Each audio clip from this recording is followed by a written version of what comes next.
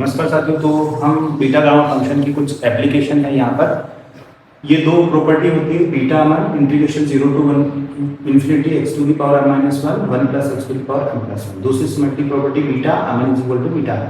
तो यहाँ इन दोनों का यूज करके हम कोई भी इंटीग्रेशन सोल्व करें। जैसे कि मान लो इस फॉर्म के कोई भी इंटीग्रेशन हो तो आप उनको सोल्व कर सकते हो। कैसे? जैसे ये इंटीग्रेशन था, इसको मैंने दो पार्ट में तोड़ दिया। अब इन दो पार्ट में तोड़ने के बाद मैं इस इंटीग्रेशन को इस फॉर्म में लिखूंगा। तो यहाँ पर जैसे x² 1 प्लस x की होल पावर 10 है, तो इसको मैं इस तरह से लिख सकता हूँ। स्क्वायर को 3 - 1 और 1 plus x to the power 3 plus 7। तो ये फर्स्ट टर्म इस तरह से हो गई, सेकंड टर्म इस तरह से हो गई। अब यहाँ मैं इसको फर्स्ट प्रॉपर्टी से कंपेयर करूंगा तो ये क्या हो जाएगा बीटा 3 7 और ये हो जाएगा बीटा 7 3। अब यहाँ पर ये एक प्रॉपर्टी होती है सिमेट्रिक प्रॉपर्टी, तो इससे इसका आंसर क्या आ जाएगा 0 आ जाएगा। तो ये बहुत बड़ा इंटीग्रेशन है, बट बीटा गामा फंक्शन की दोनों प्रॉपर्टी अगर याद करते हो तो यहाँ ये आसानी से सोल्व हो जाता है। तो इस तरह से आप बीटा फंक्शन से और गामा फंक्शन की हेल्प से कई सारे छोटे छोटे कठिन इंटीग्रेशन जो है बहुत ही कम स्टेप में सोल्व कर सकते हो। ठीक है, धन्यवाद।